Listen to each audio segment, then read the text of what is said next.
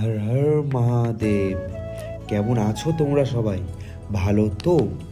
শ্রাবণের তৃতীয় সোমবারে বেরিয়ে পড়েছিলাম পতিরাম ধাম যাওয়ার উদ্দেশ্যে। রাত 10টায় তপন থেকে বেরিয়ে পৌঁছে যাই গঙ্গারামপুর পুণ্যভবা নদীর তীরে। সেখানেই নদীতে স্নান করে জল নিয়ে পাশের মহাদেবের মন্দিরে জল ঢেলে রওনা হলাম পতিরামের উদ্দেশ্যে।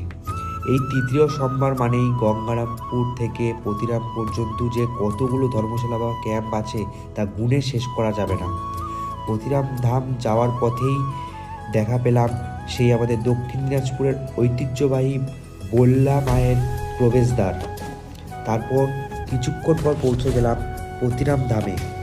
তারপর পাশে এক জায়গায় কিছুক্ষণ বিশ্রাম নিয়ে বেরিয়ে পড়লাম পতিরাম আত্রাই নদীর ঘাটে।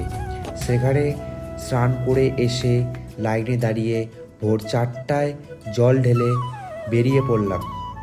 এই দেখো, হাজারে হাজারে ভক্ত এভাবেই জল ঢালছে বাবার মাথায়। তো তারপরে বেশি দেরি না করে বেরিয়ে পড়লাম বাড়ি ফেরার উদ্দেশ্যে। এই দেখো, মেয়েদের লাইনটা কত দূর চলে গিয়েছে। তো বন্ধুরা, আজকের ভিডিওটি এই পর্যন্ত থাকলো। যদি ভিডিওটি ভালো লাগে থাকে তো অবশ্যই লাইক, কমেন্ট এবং বন্ধুদের কাছে ভিডিওটি শেয়ার করে দাও।